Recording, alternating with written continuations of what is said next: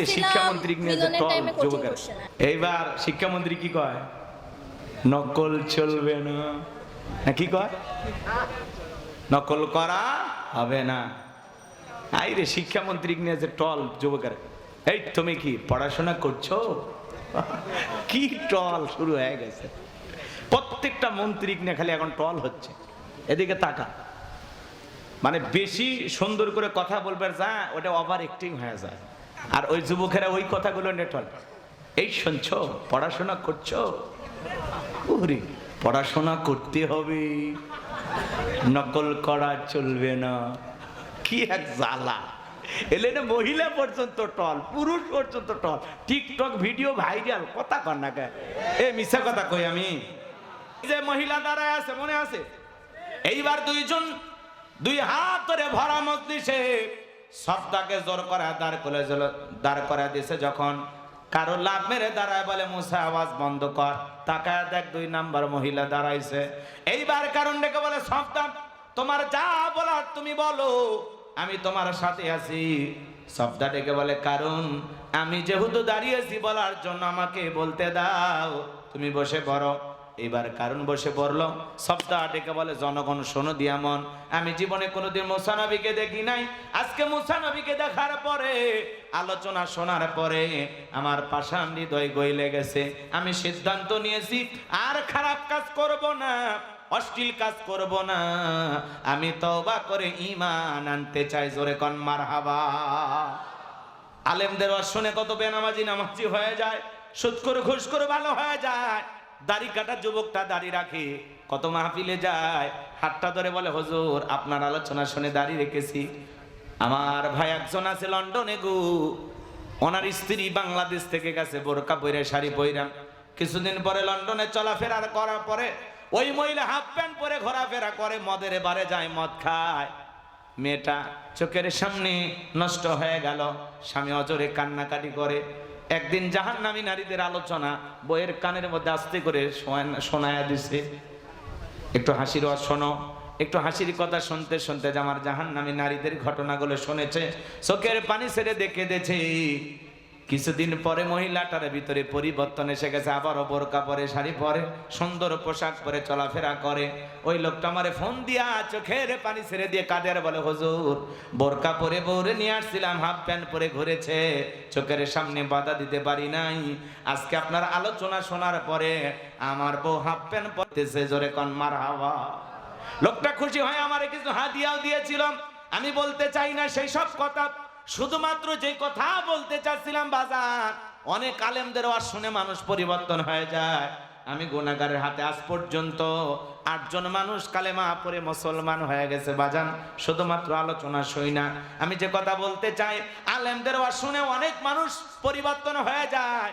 কত চোর ডাকাত পর্যন্ত ভালো হয়ে যায়, বখাটা যুবকটাও পরিবর্তন হয়ে যায়। যে লোকটা মসজিদ চিনত না, ওয়াজ মাহফিলে ওয়াজ শুনে হাজারো মানুষ মসজিদমুখী হয়েছে। কথা বলেন ঠিক কিনা আমার ভাইয়েরা? মুসা আলাইহিস সালামের আলোচনা শোনার পরে সবটা ডেকে বলে আমি আর খারাপ কাজ করব না, অশ্লীল কাজ করব না, আমি তওবা করে কালেমা পড়ে মুসলমান হতে চাই। এইবার সবটা ডেকে বলে এ কারণ কেন লাফালাফি করতেছে আপনারা কি জানেন? গতকাল রাত্রিতে কারণ আমার বাড়িতে গেছিল, আমার 2 বস্তা টাকা দেবে বলে ওয়াদা করেছে, অ্যাডভান্স হিসাবে আমাকে 1 বস্তা টাকাও দিয়ে আসছে। আজকে সাক্ষী দিলে আর 1 বস্তা টাকা দেবে, বিনিময়ে আমাকে এই কথা বলতে হবে। নবী মুসা দিনের বেলা ওয়াজ করে আর রাতের বেলা আমি সফদার সাথে রাত কাটাই। আপনাদেরকে সাক্ষী রেখে বলতেছি মুসা নবীর চরিত্র ফুলের চাইতেও পবিত্র। ওই কারণ হলো আমি সফদার নিয়মিত ভক্ত। বলুন আল্লাহু আকবার। ওয়া মাকারু ওয়া মাকারাল্লাহ আল্লাহু খায়রুল মাকিরিন। আরেকটু জোরে বলুন আল্লাহু আকবার। আল্লাহর খেলা বোঝা বড় দায়, গভীর মনোযোগ। যে গর্ত করেছে নিজের গর্তে নিজেই পড়েছে, যে সাক্ষী ভাড়া করেছে টাকা দিয়া, সেই সাক্ষীর মুখ দিয়ে মুসা নবীর পক্ষে সাক্ষী করায় নিল কে? আল্লাহ। যারা আল্লামা সাইদি হুজুরের বিরুদ্ধে ট্রাইব্যুনালে দাঁড়ায় মিথ্যা সাক্ষী দিয়েছিল, আজকে তারা বলে আল্লামা সাইদি ধর্ষক ছিল না, রাজাকার ছিল না, তাকে পরিকল্পনা করে মিথ্যা মামলা দিয়ে জেলখানায় বন্দী করা হয়েছে। আল্লামা মামুনুল হকের অপরাধ ছিল না, মুফতি আমির হামজার অপরাধ ছিল না, বাংলার কোন আলেম অপরাধ করে নাই। জালেমেরা নির্দোষ মানুষগুলোকে জুলুম করেছে, এই জন্য আল্লাহ ওদের পতন ঘটিয়েছে। কথা বলেন ঠিক কিনা? কি দরকার ছিল আলেমদের লাঞ্ছিত করা? পুরো পৃথিবীর সামনে আল্লাহ লাঞ্ছিত করে দিল। কথা কর, হুজুর দেখতেই পারে না, টুপিওয়ালা দাড়িওয়ালা সহ্য হয় না। টুপিওয়ালা দাড়িওয়ালা কি করছে? আলেম দেখলে কাঠ ছিটকায়, নাক ছিটকায়। কিছু মানুষ আছে না, হুজুরেরা সব খাইছে, হুজুরের দেশ খাইলো, হুজুর মিথ্যে না করলে হুজুর সব খাইলো। বেটারে, হুজুর যদি না থাকতো তোর বাপ মার বিয়ে হইতো না, তোর মতো হালাল জাদার জন্ম হইতো না। কথা কন না কে? চৌগাছার মেয়ে যশোরের যুবককে এক করে দিছে মৌলবী হুজুর। কথা কন। ঝিনাইদহের মহিলা চৌগাছার যুবককে এক করে দিছে আমাদের মতো হুজুর। এই দেশে যদি আলেম ওলামা না থাকতো, কুকুর রাস্তাঘাটে যেমন মরে থাকে, জানাজা দেওয়ার প্রয়োজন হয় না। এই দেশের মানুষ এইভাবে মরে থাকতো, জানাজা দেবার মতো কোনো আলেম পাওয়া যাইতো না। আলেম দেখে নাক ছিটকাও। হুজুররা কোনোদিন অন্যায় অপরাধ করে না। বাংলাদেশের সব চাইতে দেশপ্রেমিক হলো আলেমেরা, হুজুরেরা। কোন হুজুরের বাড়ি বিদেশে নাই, বাংলাদেশের কোন হুজুর বিদেশে টাকা পাঠায় নাকি? কথা কন নাকি আপনার? শাইখ আহমদুল্লাহ কত বড় আলেম, কোটি কোটি টাকা মানুষ তাকে দান করে, সব টাকা মানবতার জন্য খরচ করে। ডক্টর মিজানুর রহমান আজারি ভাই হাসানা ফাউন্ডেশন খুলেছেন, দেখেছেন? এর মাধ্যমে লক্ষ লক্ষ বাচ্চাদেরকে স্কুলের ব্যাগ কিনে দিতেছে, আহারে স্কুলে যাওয়ার মতো কলম খাতা কিনে দিতেছে, যাতায়াতে রাস্তা বানা দিচ্ছে।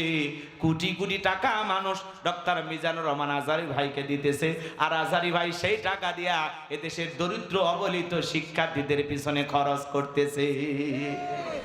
আলেমেরা এই দেশের মানুষের কল্যাণে কাজ করে, এই জাতিকে নিয়ে, এই দেশের মানুষকে নিয়ে আলেমেরা চিন্তা করে। কথা বলেন ঠিক কিনা? কষ্ট হচ্ছে আপনাদের? বিরক্ত হবেন না বাজান গো আমার। ওই জন্য যারা ট্রাইব্যুনাল গঠন করে আল্লামা সাইদি হুজুরকে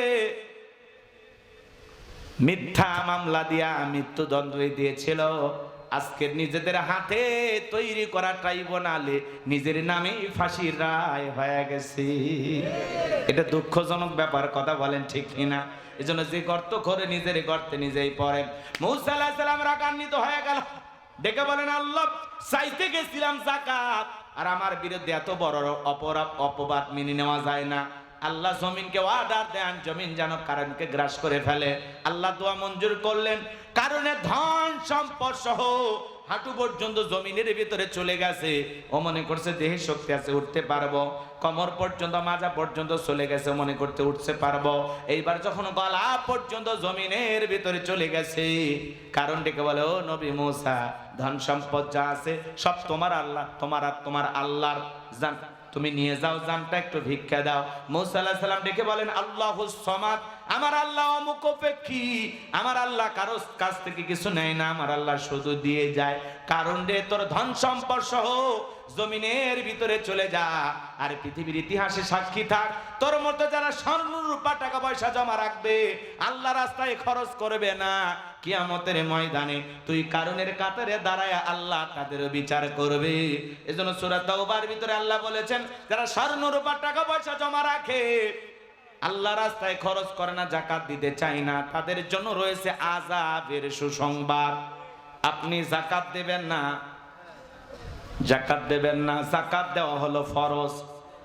যাদেরকে আল্লাহ ধনী বানাইছেন যাকাত দিবেন। যাকাত দিলে ধনীর সম্পদ কমে না বাড়ে? কমে না বাড়ে? যাকাত হলো মালের ময়লা, যাকাত দিলে আপনার সম্পদকে পবিত্র করবে।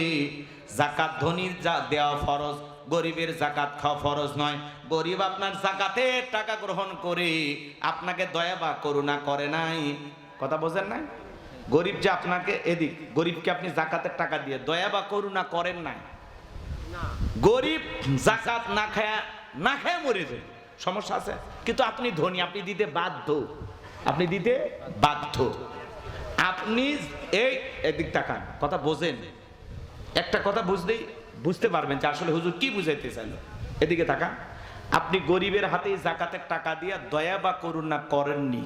গরিব আপনার এই জাকাত গ্রহণ করে আপনাকে ফরজ ইবাদত পালনের সুযোগ তৈরি করে দিয়েছে, দিয়ে গরিব আপনাকে দয়া করছে। মারহাবা কম। এই জন্য প্রত্যেকটা ধনীর উচিত গরিবকে খুঁজে খুঁজে জাকাত দেওয়া। গরিব আপনার বাড়িতে লাইন দেবে না, ধনী গরিবের বাড়িতে লাইন দেবে। কথা বলে ঠিক না?